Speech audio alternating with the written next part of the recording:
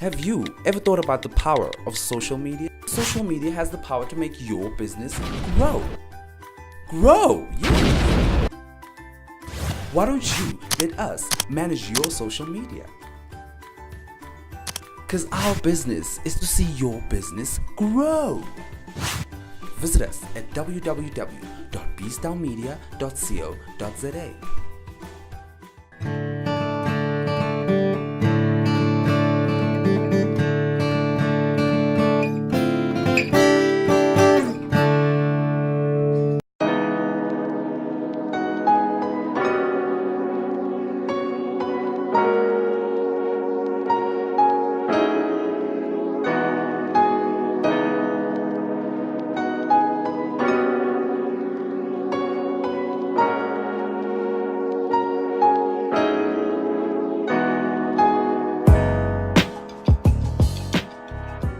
I suppose the most important thing to understand about SOS is that we are all about the family, and we always have been. It's about creating a loving family home, whether that's with a biological family or whether that's in an alternative care space, one of our villages. So we've been around since about 1949. It was shortly after World War II in Europe, where you had a situation where there were a lot of children who had lost their parents, who had no one. And so we created this model for them, essentially. Let's give them a place that they can feel loved and respected and secure, that they can grow and thrive. And so SOS Children's Villages was created, and it spread through the world, and we are now one of the largest non-profit organizations in the world in terms of our scope. We are in 135 countries, including South Africa, and we've been here since 1982. So a long time. We have 8 children's villages in South Africa, in all of the major metros, and we also run some outreach programs in rural communities.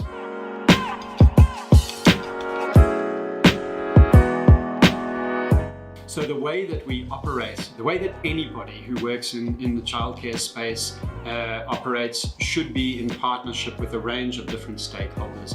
So there's a number of ones that are important for us. If I can start with the most obvious, which is the government, the Department of Social Development. That's a critical partnership for any organization working with children in alternative care. So we've spent a lot of time communicating with the department, ensuring that our norms and standards are above what is expected in the Children's Act, basically nurturing that relationship. And for the most part, it's really good at the moment, which we're happy about. In terms of donors, which is another critical component, I think we're blessed in many ways. I think that South Africans really understand what we're trying to do as an organization. I think we're quite a unique country in that we have this vast wealth right next to extreme poverty, and people are aware of this. They're aware of the social issues. It's not distant, it's literally on their doorstep.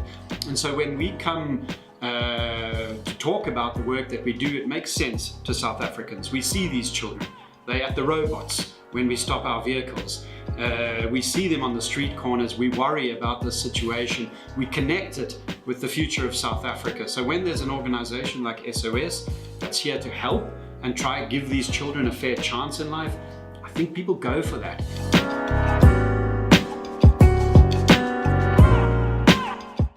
Our space is highly regulated, and you might have picked up from what I've been saying earlier as well. It's a place of last resort. So I, as an individual working in this non-profit organization, I come from the space that we should be working ourselves out of a job. We don't want children coming to SOS if it's in any way avoidable. The only way that SOS exists is because there's nothing else, there's no other possibilities. And so there's a system leading to a child being placed with us, and it involves child protection organizations that do statutory work.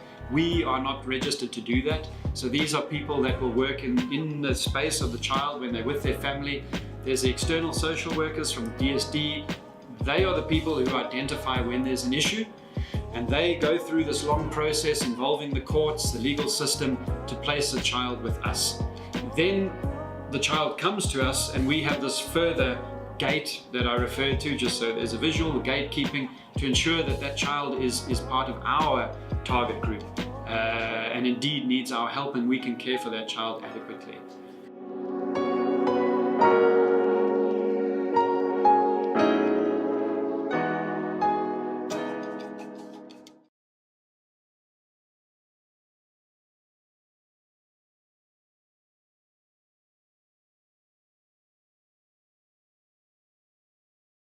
For more stories like these, go to www.social-tv.co.za, subscribe to us on YouTube, and follow us on our social mediums.